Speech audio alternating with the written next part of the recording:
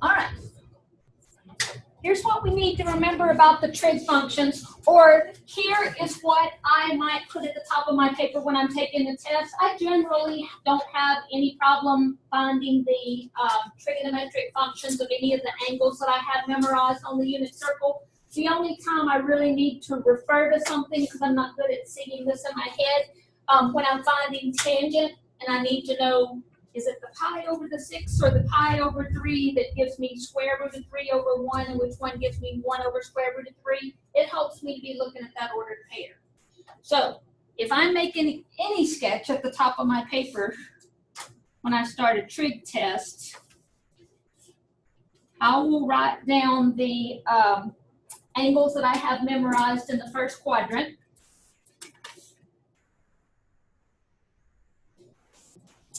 I may list these quadrantal angles themselves. That's 0, and it's the same as 2 pi. This is pi over 2, pi, and 3/2 pi. What's another name for the angle of 3/2 pi radians if I was going in the clockwise direction rather than the counterclockwise direction? Awesome. That would also be known as negative pi over 2. That's going to be important in just a minute. The ordered pairs corresponding to those quadrantal angles are 1, 0, 0, 1, negative 1, 0, and 0, negative 1. What are the corresponding coordinate for this angle of pi over 4 radians? Both coordinates are square root of 2 over 2.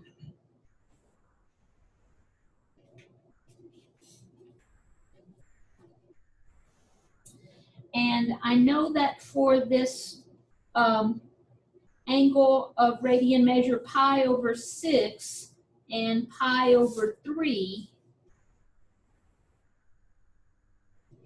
one of my coordinates is a half and one is square root of 3 over 2. And if I just memorize that without it making sense, then it'll go away during a test. So instead of just memorizing that, I think right here at pi over 6, is it the x or the y coordinate that's closer to being 1?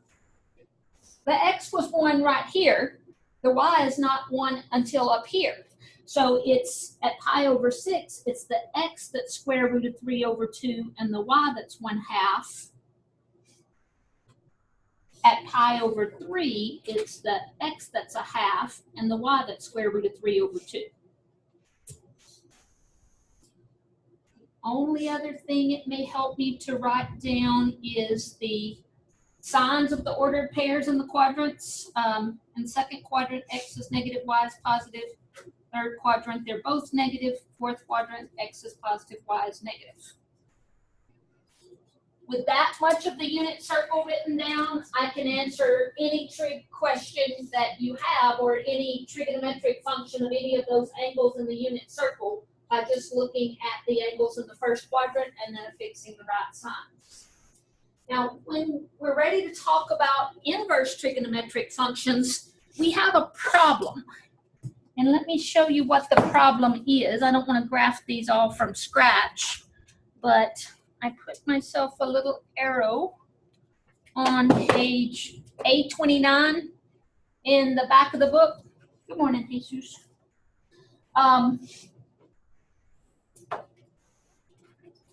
Section C3 or Appendix C3 was that trig section I said you could review in the book if you want to.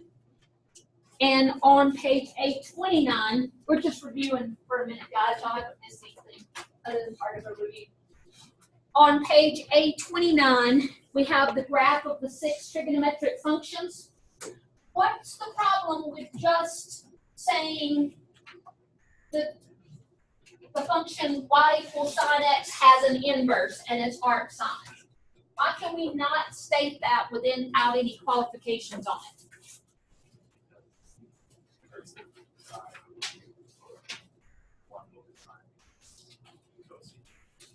No, but I'm glad you said that because let me make this really clear. There's a difference between the inverse sign and the reciprocal of sign. Inverse and reciprocal don't mean the same thing. The reciprocal of sign is cosecant, absolutely. But the inverse sign is the function which undoes sign. When I say sine of pi is 0, let me change that. If I say cosine of pi is -1, then secant is also -1. Secant of pi is also -1 because the reciprocal of -1 is 1. -1. All right, well, like I said that right. The reciprocal of -1 is -1. But if I say what is inverse cosine of -1, I'm saying what is the angle whose inverse it. It's hard to say. Let me try one more time. If I say inverse cosine is what I'm trying to say. If I say what is the inverse cosine of -1, that's not the same as saying what is the secant of -1. Inverse cosine of -1 means what is the angle whose cosine is -1? What is the angle whose cosine is -1? You can look on the unit circle on the paper that we just had. You can look on the unit circle and say, where is the x -1? The x is -1 at pi. That's the only place on the whole unit circle that the x is -1. So when I say, what is inverse cosine of -1? Again, I'm not asking for secant of -1. I'm asking for the angle whose cosine is -1. And the angle whose cosine is -1 is pi. So you have to make sure you clearly understand the difference between inverse functions and the reciprocal functions. The reciprocal functions are secant, cosecant, and cotangent, but that's not the same as the inverse functions. All right, so back to my original question.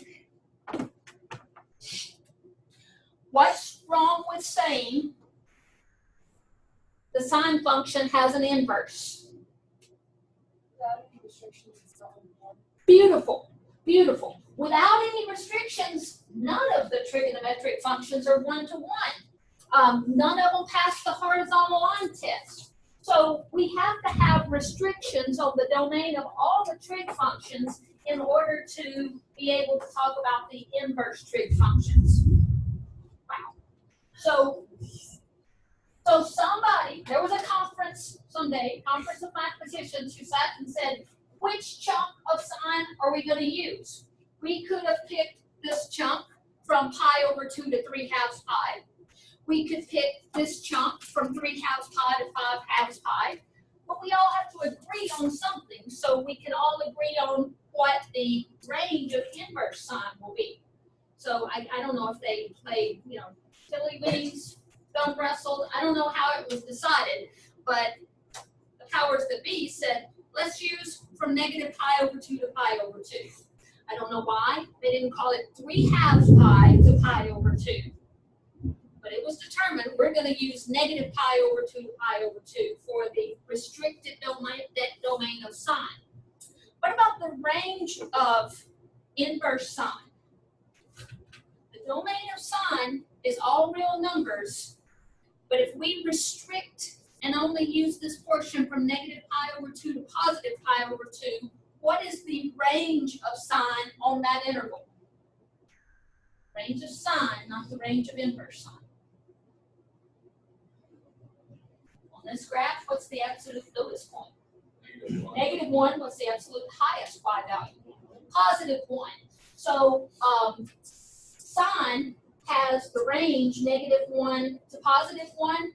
Inverse sine is going to have the domain -1 to +1. You can only take the inverse sine of numbers between -1 and +1 because there's no angle on the unit circle where the sine is anything bigger than +1 or anything less than -1. So we're going to agree from now on, inverse sine's domain is from -pi over 2, inverse sine's domain is negative 1 to 1, and its range is negative pi over 2 to positive pi over 2. Inverse cosine. Cosine's not 1 to 1 either. So I guess second place winner got to pick the restricted domain for cosine, and it makes sense for cosine to use 0 to pi, because from 0 to pi is where cosine does its whole thing from positive 1 to negative 1. So from now on, we're going to say the restricted domain for cosine is 0 to pi, and that will be our range for inverse cosine. What will our domain for inverse cosine be? The range of this guy, negative 1 to 1. For tangent, tangent's not 1 to 1 over its entire domain, but it kind of makes sense to use negative pi over 2 to positive pi over 2 for the restricted domain of tangent, because in that interval from negative pi over 2 to positive pi over 2, tangent does everything it's ever going to do. It goes all the way from negative infinity to positive infinity. So that's the restricted domain for tangent, and that will be the range of inverse tangent. What about the domain of inverse tangent? What will it be? The same thing range is here, from negative infinity to positive infinity. All right. Same thing for cosecant, secant, and cotangent, which are also on that same page. We just had to agree on what to use as the restricted domain for each of those functions. So let me flip back to one other thing. I think page 41. And I'm not going to just copy all this down in your notes, but you need to look back at it.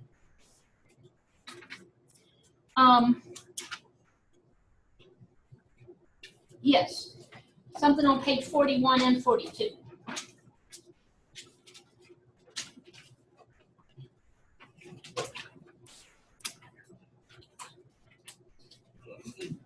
You need to know that the restricted domain for sine and cosine, in order to make them 1 to 1, I said domain, I meant range. The range of sine and cosine is negative 1 to positive 1. So the domain of arc sine and arc cosine is negative 1 to 1. If I say, what's the arc cosine of 2? You say there is no such angle, because there's no angle whose cosine is 2. Cosine can't get bigger than 1. If I ask you, what is arc cosine or arc sine of x? Arc sine of x is always going to return an answer between negative pi over 2 and positive pi over 2. Arc cosine is always going to return an angle between 0 and pi. Arc tangent is always going to return an angle between negative pi over 2 and positive pi over 2. Arc cotangent is always going to return an angle between 0 and pi.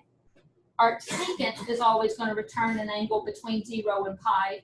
And arc secant is going to return an angle between negative pi over 2 and positive pi over 2. So as I sat in my office last week thinking, how can I devise a way to help them remember that? Here's what I came up with, only I forgot to bring my red pen with me. Is this pen green? Nope. Anybody have a different color pen? I want to write 2 things. What was that? Blue? Blue? Is that blue? Okay, I'll use these 2 for just a second. Here's what helped me.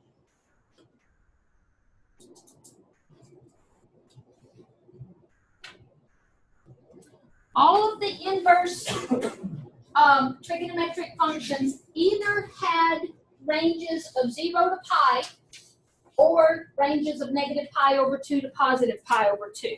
So I'm fixing to give this right back to you. Negative pi, that is black as well. Oh, that's my pen. Negative pi over 2 to positive pi over 2. Quadrant 2 and quadrant 1.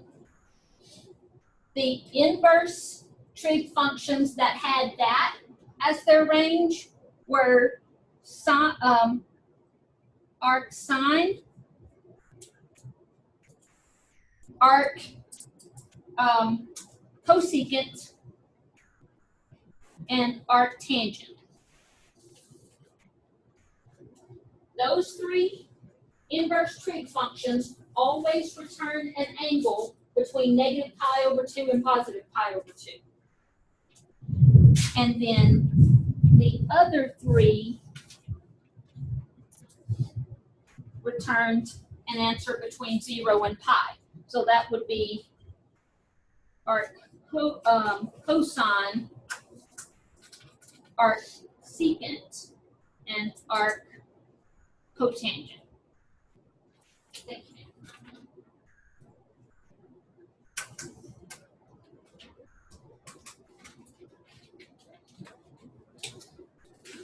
Perhaps you want to memorize that chart on page 41? I don't. That's not what's good for my brain. You could look at the graphs at the top of page 42.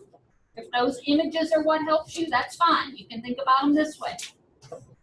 If that helps you, then put it on the top of your test. There are just a few things that you have to have memorized. And the domain and range of the inverse trig functions, all in that category. All right. So let's look back at our notes where we left off. Page 45, number 88. Starts with arc sine of 0. Here's what happens to my brain when I see arc sine of 0. I'm thinking, arc sine always returns me an angle between negative pi over 2 and positive pi over 2. Fourth quadrant and first quadrant, where from here to here is sine 0. At 0. So arc sine of 0 is 0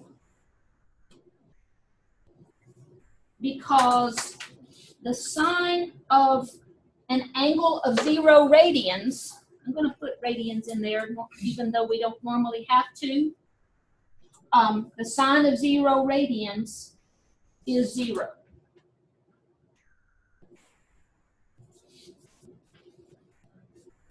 When I see arc cosine of 1, when I see arc cosine, I'm automatically thinking from 0 to pi. Somewhere in here, cosine is 1. At what angle is cosine 1? At pi over 2? Cosine is which coordinate? Your x or your y? It's your x. Is your x 1 at pi over 2? No, that's where y is 1. Where x is 1 is at 0. So you're going to see me on taking a test look like I'm landing an airplane.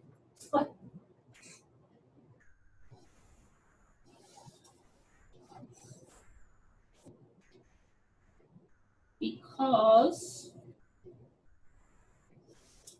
cosine of 0 radians is 1. And that's what we were looking for, the angle whose cosine is 1. Number 92, we're looking for the angle whose cotangent is negative square root of 3. Now I know cotangent is going to be negative in which two quadrants?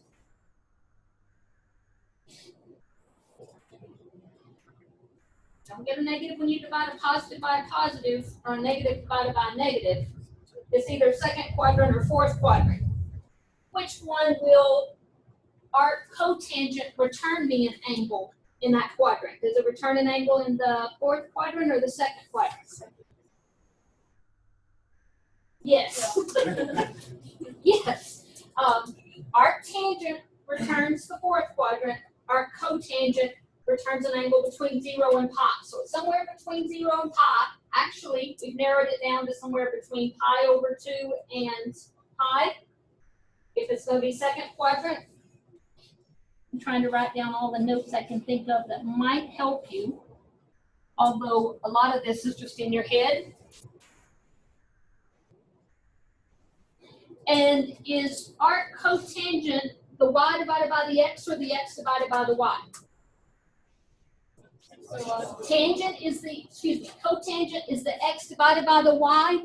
So I'm in my head, I'm looking at this and saying, I know it's either going to be in the first quadrant, it would either be pi over 6 or pi over 3. Which one would the x divided by the y give me square root of 3? Let's see. This x divided by the y, you'd flip the y, the 2's would cancel, and sure enough, that would leave you square root of 3. So if this was positive square root of 3, the answer would be pi over 6. Since it's negative square root of 3, it's that same angle in the second quadrant.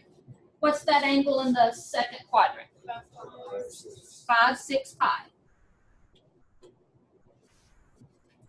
Just double checking, is that an answer that arc cotangent can give me? Is it between 0 and pi? Yeah, it's between 0 and pi, so that's the angle.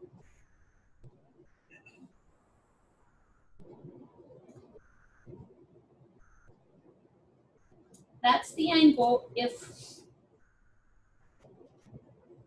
whose cotangent is negative square root of 3. Cotangent of 5, 6 pi is negative square root of 3.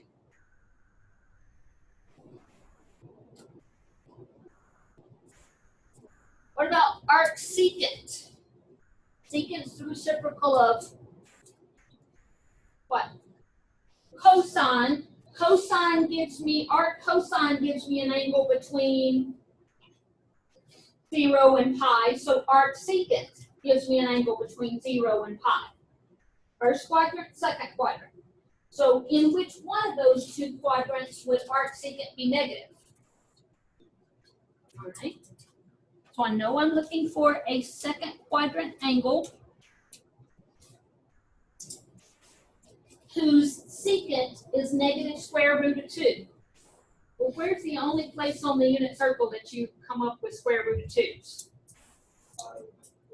The quarter pies. So what is the quarter pi angle in the second quadrant? Yep, that's 3/4 pi.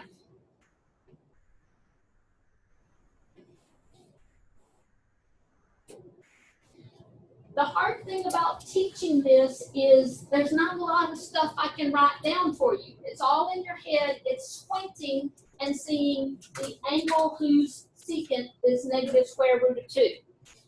And I just gave you the whole thought process I go through. First, I identify it's going to be second quadrant. And then where do those square root of 2's happen? At quarter pies. So the second quadrant quarter pi is 3/4 pi. Oh, by the way, in about 20 minutes, we're going to have a lockdown drill, which just means I need to turn off the lights and lock the door for about a minute, and then the police will come and unlock. All right?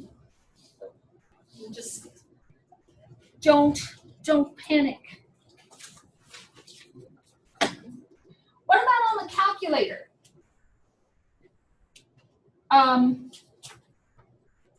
Let me pull up my trusty TI-83 right here, and let's find that arc sine of negative 0.39 radians.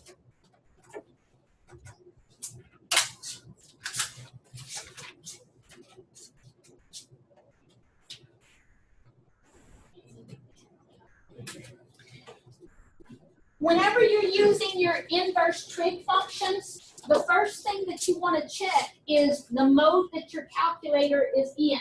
If your calculator is in degree mode and you enter arc sine 30, your calculator is going to think that you want the angle whose sine is 30.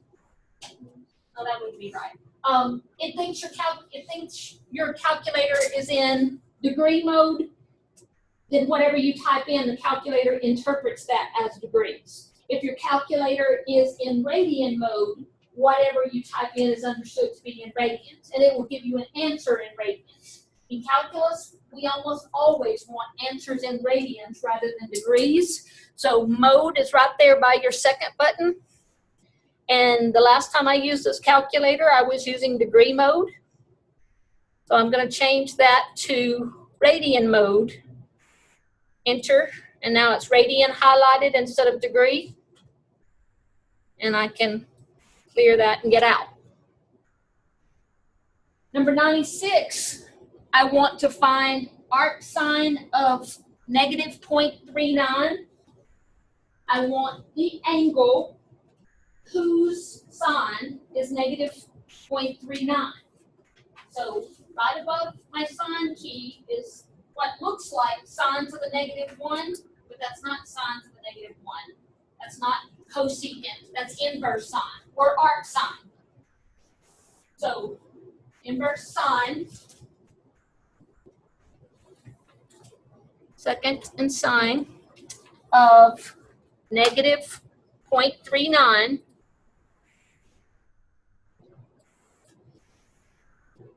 is negative 0.4006-ish. I think the book asks us to round to 2 decimal places.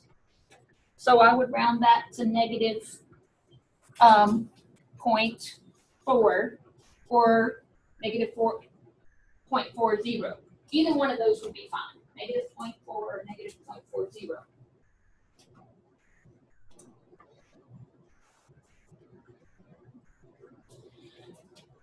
Arc tangent negative 5 would be second and tangent. Negative 5. The angle whose tangent is negative 5. Hey, tell me this before I hit equals. Is there an angle whose tangent is negative 5? Tangent goes all the way from negative infinity to positive infinity. So you can take arc tangent of negative 5 and round it to 2 decimal places. It would be negative 1.37.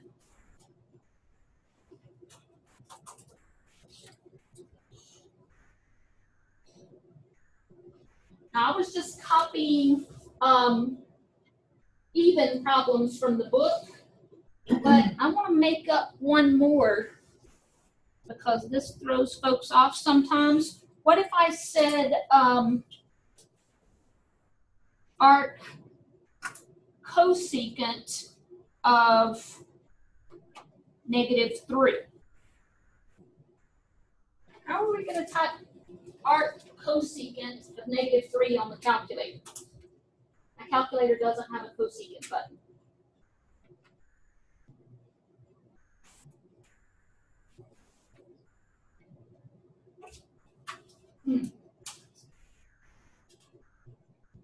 What are you thinking?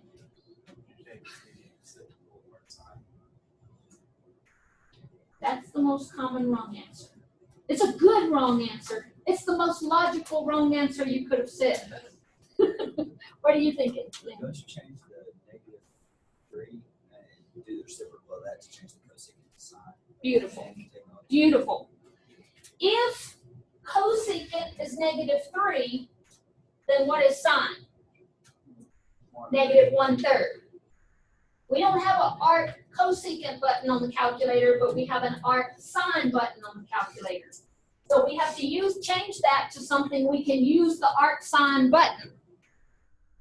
We need arc sine of negative 1/3. It is very tempting just to take the arc sine of negative 3 and then try to flip that. Tell me why arc sine of negative 3 would return me an error on the calculator. Arc sine of negative 3. Why would that return? There is no angle whose sine is negative 3. Sine doesn't get any bigger than positive 1 and negative 1. So if I type that on the calculator, I'd get an error. But even if it wasn't error, it wouldn't be the right answer to this. The reciprocal of the angle whose cosecant is negative 3 has a sine of negative 1/3. The arc sine of negative 1/3. Inverse sine of negative 1/3. is negative 0.34.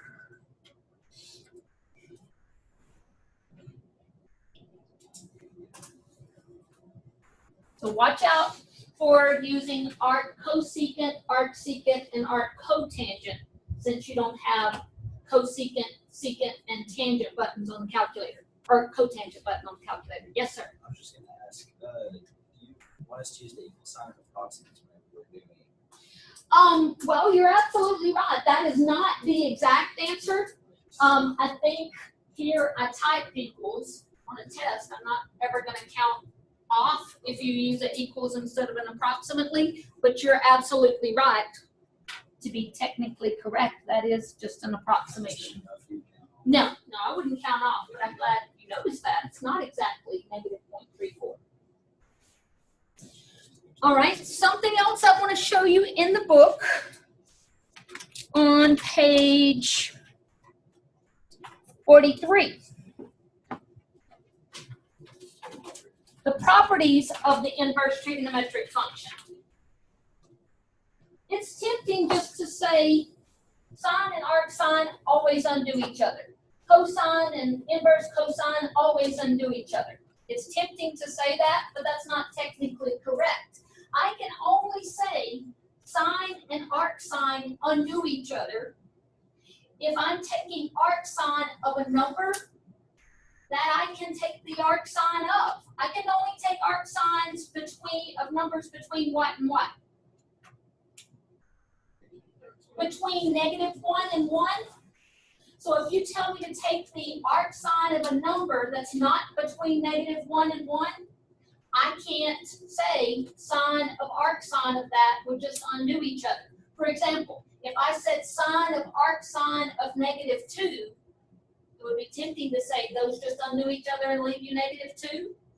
But that's not right, because you can't take the arcsine of negative 2.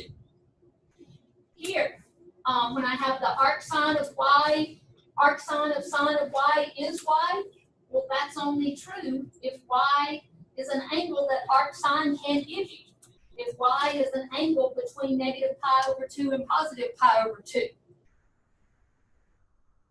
And number 2, tangent and arctangent only undo each other if you're taking the arctangent of a number that you can take arctangent of. Well, what numbers can you take arctangent of? Oh, you can take arctangent of anything. So x could be anything here. Here, you can only say arctangent of tangent of y undo each other and leave you y if y is an answer that arctangent can give you. What are angles that arctangent can give you? Those between negative pi over 2 and positive pi over 2. And likewise with secant, you can only say secant and arcsecant undo each other and leave you x. If x is a number you can take the arcsecant of. And if you think about numbers you can take the arcsecant of, what does the graph of secant look like? A bunch of what? Parabolas that turn around at positive 1 and negative 1. So you can only take arcsecant of numbers that are either bigger than 1 or less than negative 1. Here's how you say the exact same thing with an absolute value. The absolute value of x is greater than 1 means x is either greater than 1 or less than negative 1. And you can only say arcsecant and secant undo each other and leave you y if y is an answer that arcsecant can give you. Arcsecant has the same range as arccosine, which is between 0 and pi. Only you can't get pi over 2 because arcsecant's undefined there. It's one of the vertical asymptotes. All right, so what are we going to do with all that information? To me, this is one of the hardest sections in the book, just because there are restrictions on the domain and there are restrictions on the range. Number 100 says, use the properties of inverse trig functions to evaluate arcsine of sine of 3 pi.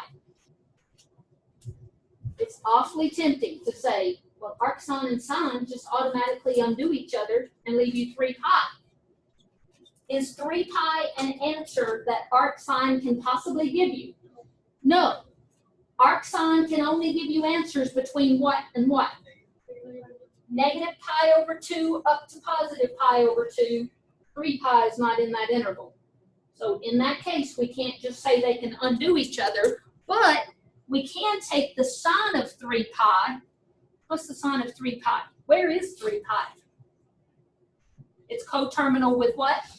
Just pi. It's around the circle one whole time and another half time. So it's coterminal with the angle of pi radians. What is sine of pi radians? 0. So this is the same as arc sine of 0. And what's the angle between negative pi over 2 and positive pi over 2 whose sine is 0? 0.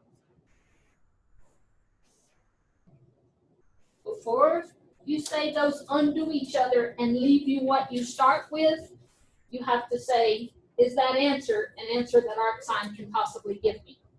If not, you have to find the sine of that angle and then the angle that would have the same sign, but in the specified region, from negative pi over 2 to positive pi over 2. All right. 108 through 110. Say, find the exact value of the expression without using a calculator. That means if you give me a decimal approximation, if you just punch number 108 on your calculator and give me a decimal approximation, it's wrong. I want you to tell me the exact angle whose cosine is square root of 2 over 2, and then I want you to tell me tangent of that angle. Well, arc cosine always gives me an answer from where to where? 0 to pi, first or second quadrants. So which one of those two quadrants would cosine be positive? So we've narrowed it down just a little bit. We're talking about a first quadrant angle. And what's the first quadrant angle where cosine is square root of 2 over 2? Over 4. Pi over 4. And then what is tangent of that angle? Yeah, square root of 2 over 2 divided by square root of 2 over 2 is 1. Now that was pretty easy because we could squint hard enough to think of the angle between negative pi over 2 and positive pi over 2, whose cosine would be square root of 2 over 2. In the B part, can you squint hard enough to tell me the angle whose sine is 5/13? I can't squint that hard. The only y values I have memorized on the unit circle are a half, square root of 2 over 2, square root of 3 over 2, 0, positive 1, negative 1. So 5/13 is not a y value that I have memorized on the unit circle. However, without even knowing what that angle is, I can find cosine of that angle using a triangle. You remember, have y'all done this before? Because this would be pre-calculus, and I know your pre-calculus experience. Does this ring a bell at all? No. Okay, all right. Let me show you how cool this is. Even though I don't know what the angle is whose sine is 5/13, I can tell you what quadrant it's in. What quadrant would it be in? The angle whose sine is 5/13. It would be first. The second also has positive signs, but ArcSine can't give me a second quadrant angle. So I'm thinking this is some quadrant 1 angle whose sine is 5/13. Even though I don't know exactly what that is, I can draw a picture of it. I can call it theta and draw an angle theta whose sine is 5/13. How could I label that angle so that the sine of 5/13 or sine of theta would be 5/13? Use the words opposite, adjacent, and hypotenuse. Opposite or hypotenuse, so the opposite side's 5, but hypotenuse is 13. Opposite would have to be 5. Hypotenuse would have to be 13. How could I find the adjacent side if I need it?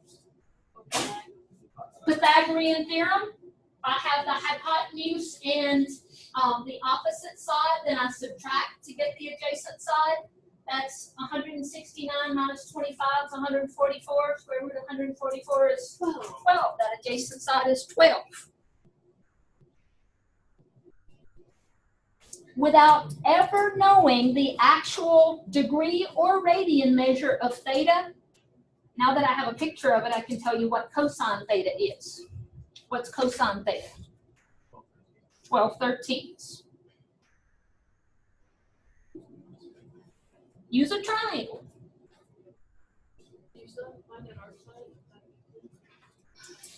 No, remember what arc sine of 5/13 means. I want the angle whose sine is 5/13. I can't tell you the angle whose sine is 5/13, but I can draw a picture of it and then I can find the cosine of it. All right. Thought you might need more than just a couple of these, so I made up one. Tangent of arc tangent, tangent of arc cotangent of 2. Do tangent and arc cotangent just undo each other? No. Tangent and arc tangent would undo each other, but tangent and arc cotangent don't undo each other. Cotangent always gives me an answer in one of which two quadrants? Tangent's negative pi over 2 to pi, cotangent 0 to pi. So in which quadrant, first or second, would cotangent be positive? So we're looking for a first quadrant angle whose tangent is 2. Oh, excuse me, whose cotangent is 2. Do you have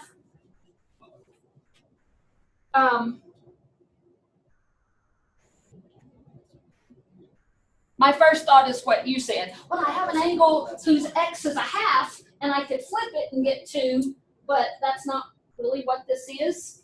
The angle whose cotangent is 2, let me just draw a picture of it. Here's some angle theta.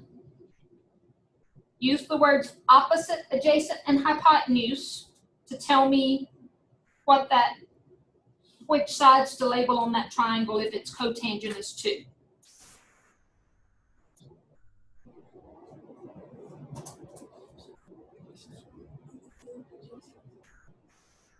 Tangent is opposite over adjacent. Cotangent's adjacent over opposite. Now that's a fraction, and 2's not a fraction, but what? I could write it as 2 over 1. So 2 has to be the adjacent side, and 1 must be the opposite side. So label the side adjacent theta 2 and opposite theta 1. And what would that mean the hypotenuse has to be? Square root of 3.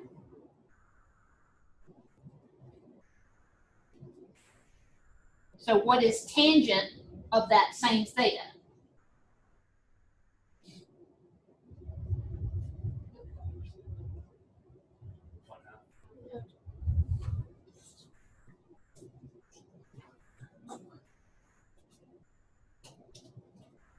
It makes sense that whatever the angle is whose cotangent is 2, its tangent's going to be the reciprocal of that. Yes, sir? Yes. How did I subtract? I don't know. Is it thundering? I don't know why I subtracted. It's leg square plus leg square, not leg square minus leg square. So yes, absolutely. Square root of 5.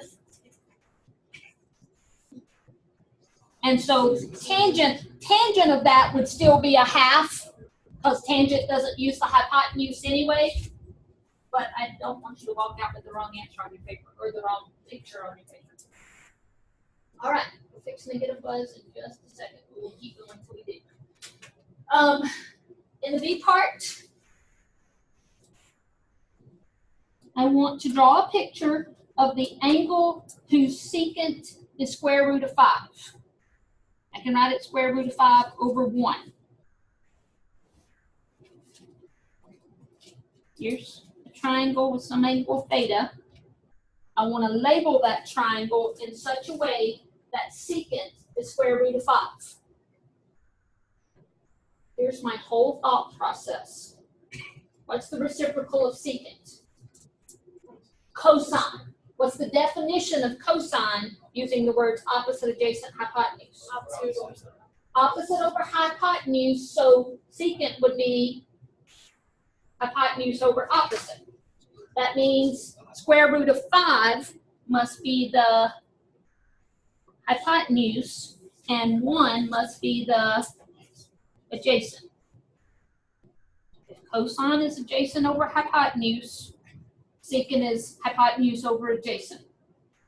Adjacent's 1, hypotenuse is square root of 5.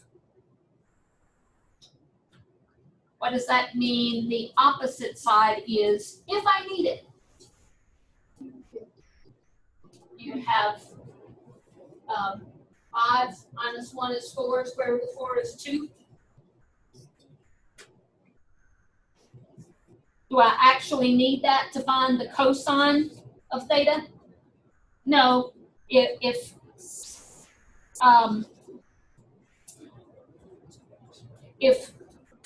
secant is square root of 5, then cosine is going to be 1 over square root of 5. And the book's a little bit inconsistent about when they rationalize the denominator and when they don't. Usually they do. On the test, I'm so proud of you if you come up with this. I'll take it. Because you've done the hard work. But if you look in the back of the book and that's not the answer, it's because they've rationalized the denominator. If they rationalize the denominator, they'd get square root of 5 over 5.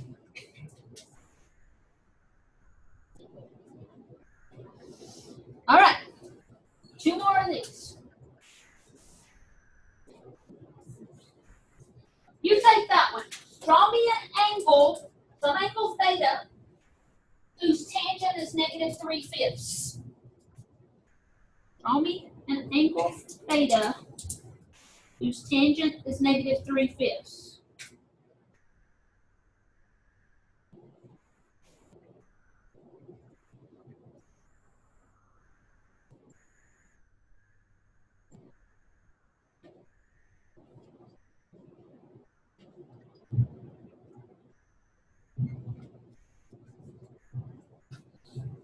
In terms of opposite, adjacent, and hypotenuse, what's the definition of tangent? Opposite over hypotenuse. So 3 over 5. How do I know which one of those is negative?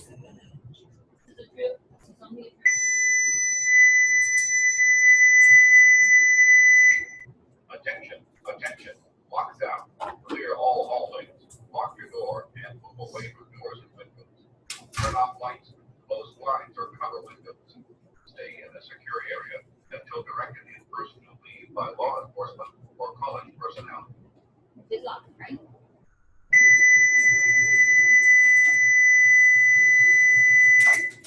Attention, lock down, clear all hallways, lock your door, and move away from doors and windows. Turn off lights. Lockdown drill is my favorite drill. We can actually keep Stay going. in a secure area. Fire until drill, directed I in wouldn't want to person run to leave outside. by law enforcement or college personnel. How do you decide whether it's the 3 or the 5 that's negative? Because technically it could be either one for the fraction negative 3/5. You flip a coin. You flip a coin. 50% of the time you're right. Our tangent's going to return an angle between what and what? Negative pi over 2 to positive pi over 2. That's fourth and first quadrants. In which quadrant is tangent negative? Fourth quadrant, and in the fourth quadrant, is it your x's or y's that are negative? It's your y's, so is it the 3 or the 5 that's negative?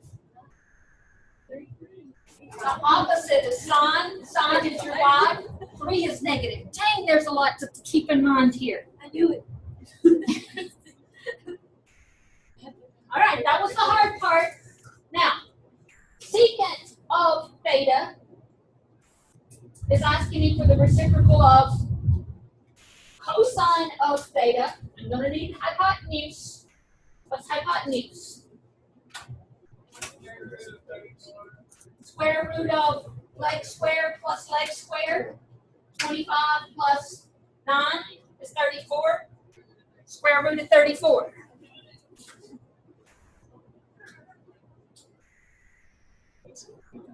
Cosine of theta would be 5 over square root of 34. So what's secant theta?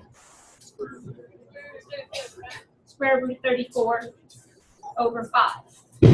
Wow. Okay.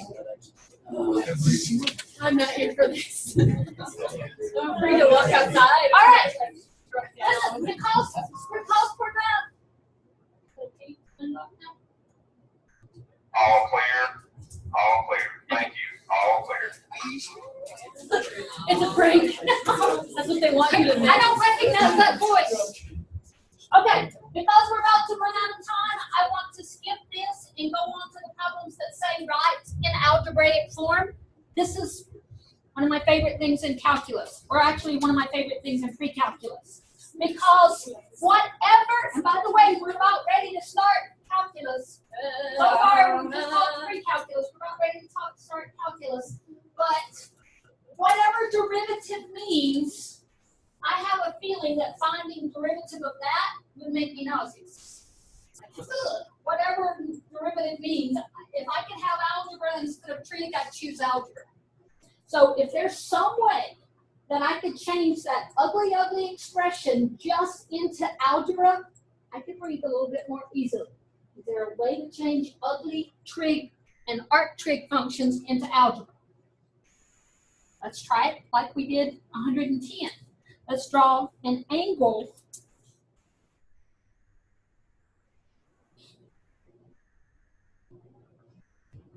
and label it in such a way that its tangent would be 4x. How can I label that angle in such a way that its tangent would be 4x? Talk to me in terms of opposite, adjacent, and hypotenuse. The opposite would be 4x. The what?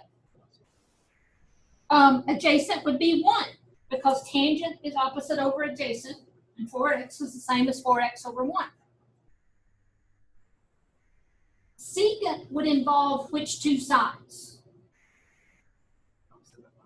Opposite and hypotenuse. It'd be hypotenuse over opposite. Wait, secant's the reciprocal of sine. Yes. So I'm going to need hypotenuse. What would the hypotenuse be here?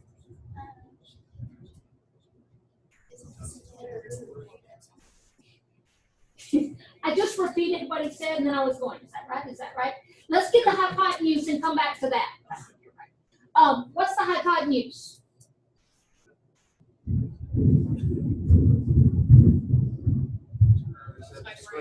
Square root of leg squared plus leg squared. Leg squared would be 16x squared. This leg squared would be 1. So that hypotenuse is square root of 16x squared plus 1. Now, let's make sure we get secant right. Secant's the reciprocal of cosine. Cosine is adjacent over hypotenuse, so secant would be hypotenuse over adjacent, which for theta here would be what? Holy cow.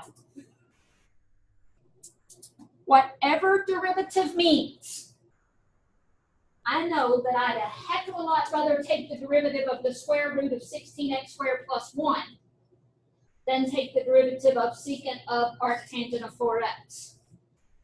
So we're just taking ugly trigonometric and inverse trigonometric functions and writing them in an algebraic form, because whatever calculus requires, I'd rather be working with this guy than that guy. All right. Let's do one more of these, and then we might skip to 118. 114, draw me an angle theta whose sine is x minus 1, and then figure out all 3 sides of that triangle.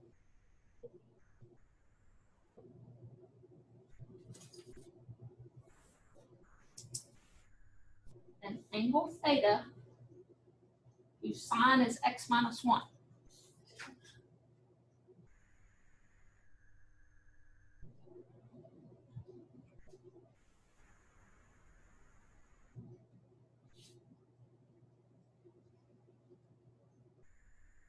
Is that what you started with?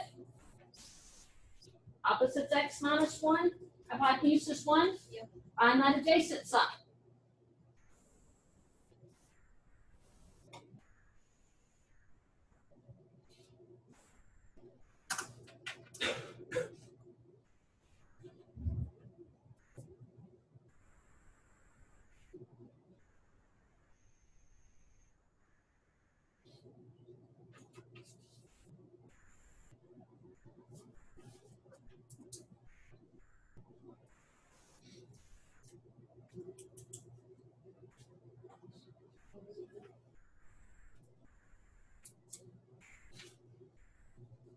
Oops, I thought I was writing where you couldn't see me, but you could see me.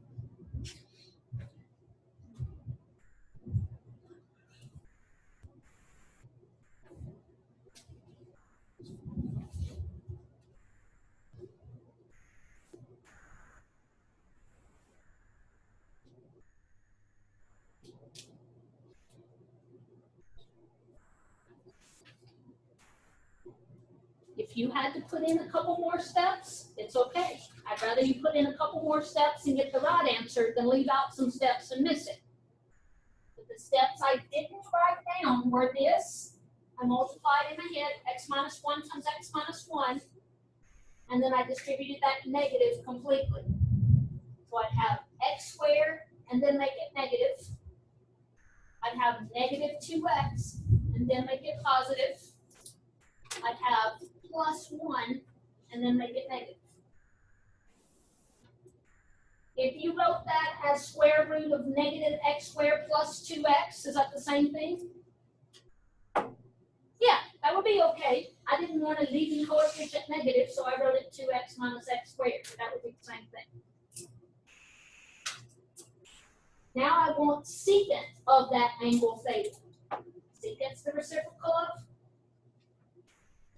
cosine. Cosine would be adjacent over hypotenuse, so secant will be hypotenuse over adjacent. And I am quite sure that in the back of the book they didn't rationalize that. You've done enough. That's okay.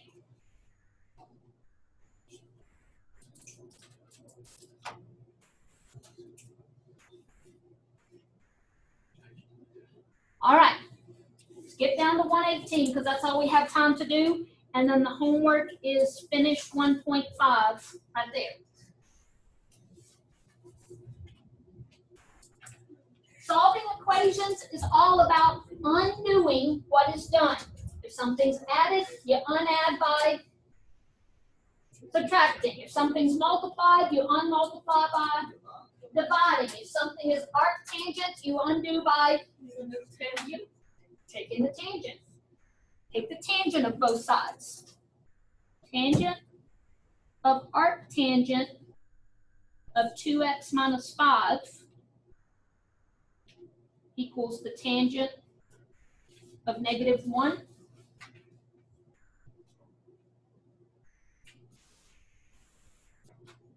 And then on the left-hand side, tangent of arctangent of 2x minus 5 is just 2x minus 5.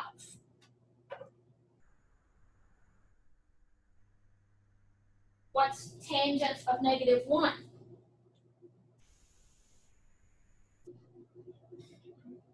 I can tell you the most tempting wrong answer is negative pi over 4.